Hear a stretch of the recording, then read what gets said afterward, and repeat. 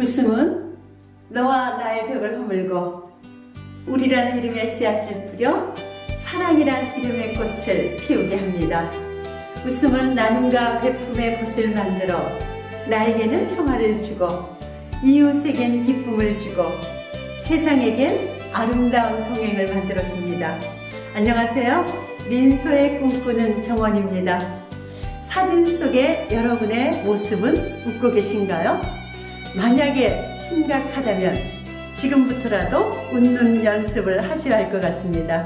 사진 속의 얼굴과 수명과의 상관관계를요, 미국 웨인 주립대학교 어니스트 아벨 교수팀이 조사 발표를 했는데요.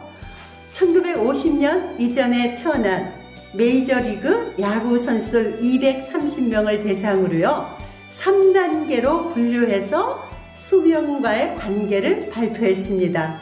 1단계는요, 차분하게 무표정으로 카메라를 응시하고 있는 사람들이고요. 2단계는 입꼬리를 살짝 올리고 미소 짓는 사람들입니다. 그리고 3단계는요, 입꼬리와 볼 그리고 눈까지 활짝 웃고 있는 한박 웃음을 띤 사람들을 3단계로 분류를 했는데요. 전체적으로 230명을 대상으로 조사한 결과 1단계로 웃는 사람의 평균 수명은요 72.9세랍니다. 그리고 살짝 미소를 띤 사람은요 75세고요.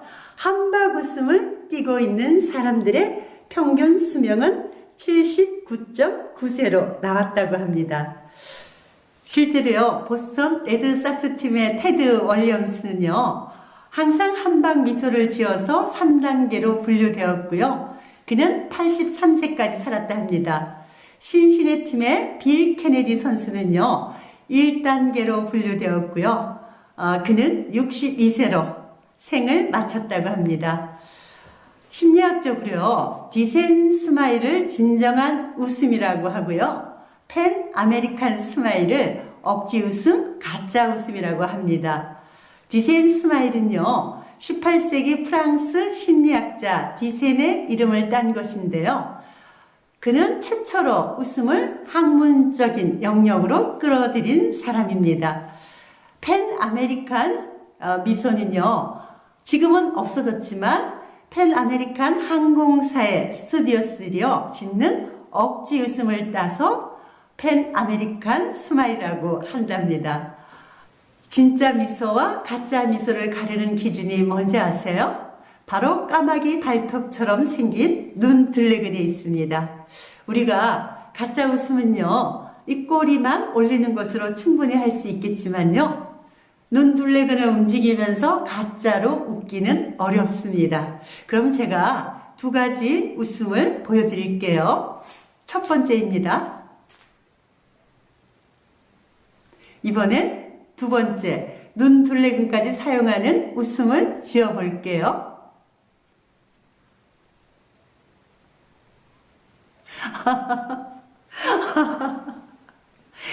지금 특별하게 웃을 일이 전혀 없어요. 그런데 눈둘레근까지 사용하고 웃으니까 웃음이 자꾸 터져 나옵니다. 이것을 세계적인 신경과학자 켄 데이비스 포트 박사는 이렇게 말합니다. 인체의 치유 메커니즘은 생각과 감정의 지배를 받는다. 우리가 어떤 생각을 하게 되면요, 대뇌 변형계에서는 그와 같은 감정을 기록한다고 합니다. 다시 대뇌 시상하부를 자극해서요, 시상하부에서는 감정과 같은 호르몬을 뇌하수체로 보내고요, 뇌하수체에서는 순식간에 온몸으로 그 호르몬을 흘려보낸다고 해요. 그것이 마음과 몸이 하나가 되는 과정입니다. 의학계에서도요, 가짜약, 위약은 플라시보 효과라 그러죠? 효과가 나오는 걸로 나타나 있습니다. 여러분께서요, 어떤 생각을 갖느냐에 따라 우리 몸의 상태가 달라진다는 거죠.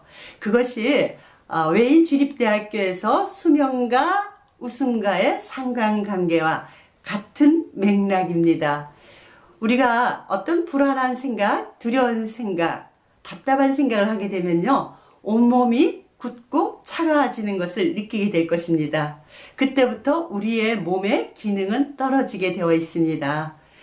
잘 웃는 사람들의 몸에는요, NK 세포라에서 자연 살해 세포가 14%나 증가한다고 해요. 그런데 웃지 않는 사람, 늘 심각한 사람은 자연 살해 세포가 제 기능을 하지 못한다고 합니다. 그것 또한 건강과 웃음과의 상관관계가 연결이 되는 것이죠. 도덕경에서 이런 말이 있습니다. 견강자 사지도, 유약자 생지도라고 했습니다. 견고하고 강한 것은 죽음의 속성이고 유약하고 부드러운 것은 삶의 속성이라는 뜻인데요.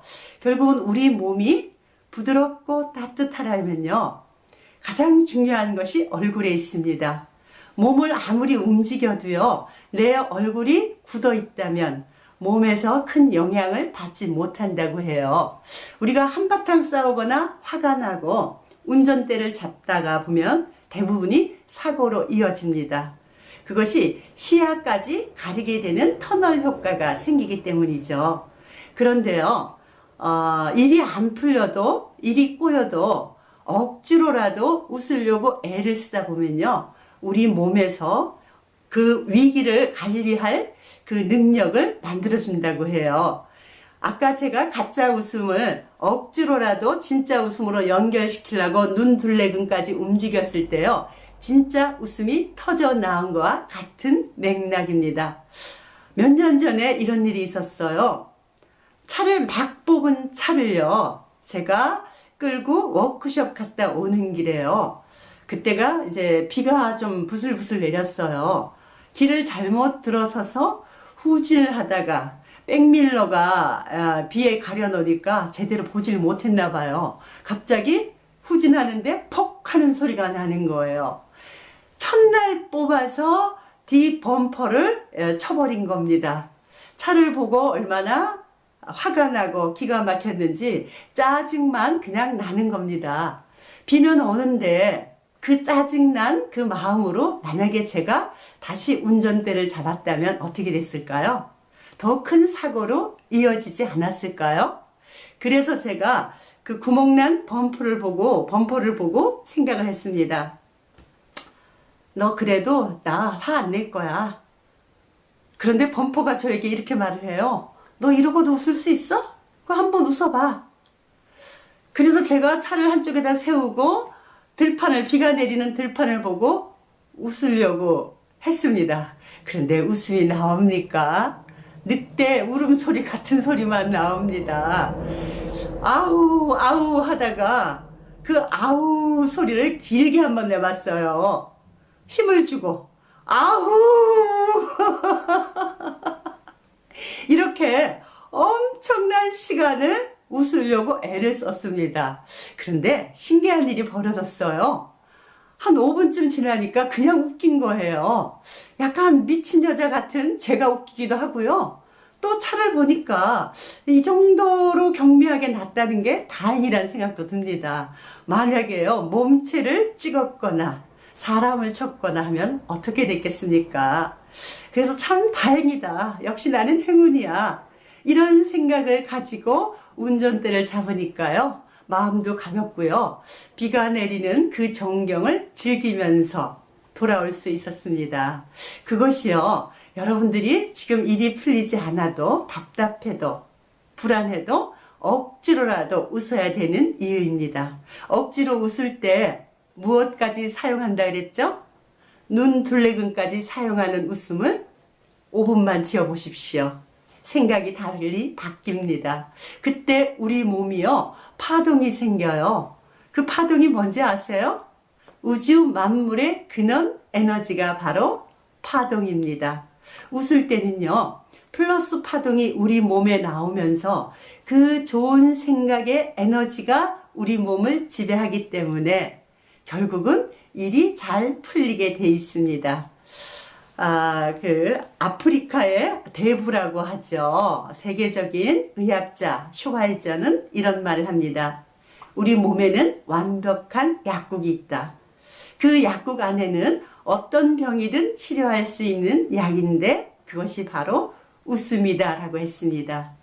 여러분, 일이 풀릴 때, 잘 풀릴 때 웃는 건 누구나 할 수 있습니다. 그러나 풀리지 않을 때 웃는 것은요, 아무나 할 수는 없습니다. 맹자 공자의 형님이 웃자라는 말도 있죠. 결국은요, 웃음은 높은 깨달음, 득도한 사람들이 즐길 수 있는 것이라고 해요. 그러니까 일이 안 될수록이요, 답답할수록 여러분들이 웃으려고 노력하셔야 합니다. 웃음은 저절로 오는 게 아니라, 좋은 감정이 일어나서 웃는 게 아니라 기술입니다. 연습입니다. 웃다 보면 웃을 일이 생기는 것입니다. 그래서 행복해서 웃는 것이 아니라 웃다 보면 행복해진다고 했죠.